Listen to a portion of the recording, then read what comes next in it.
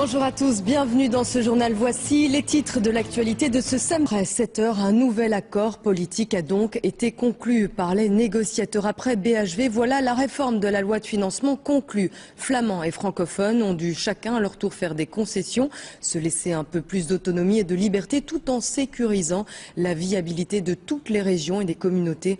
Un accord qu'il a fallu négocier jusqu'au bout. Françoise Meyer, Jean-Paul Géal et Laurence Brex. Comment sera-t-elle financée? Qu'est-ce que ça va changer dans notre vie quotidienne au nord comme au sud du pays?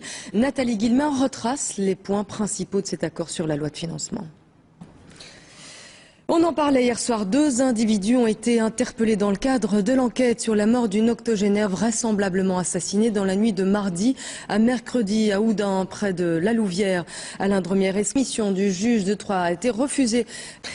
Le rail est quelque peu perturbé ce week-end. La ligne Bruxelles-Autigny est interrompue jusque lundi 6 h. Le temps d'effectuer quelques travaux. En présence sur le discours historique prononcé hier par Mahmoud Abbas à l'ONU. Un discours suivi en direct par des dizaines de milliers de Palestiniens réunis. Nous allons tout de suite rejoindre sur place à Ramallah notre envoyé. Il est 13 h 15. Restez avec nous. À Yémen, le retour d'Ali Abdallah Saleh risque de plonger le pays dans la guerre civile. Partisans et opposants du président se sont affrontés hier.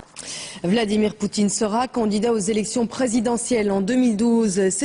Demain sera une date historique pour les amateurs comme pour les détracteurs. On vit en Belgique, c'est la saison des pommes. Vous avez peut-être quelques pommiers dans votre jardin et vous ne savez que faire des fruits. Alors pourquoi ne pas les faire presser?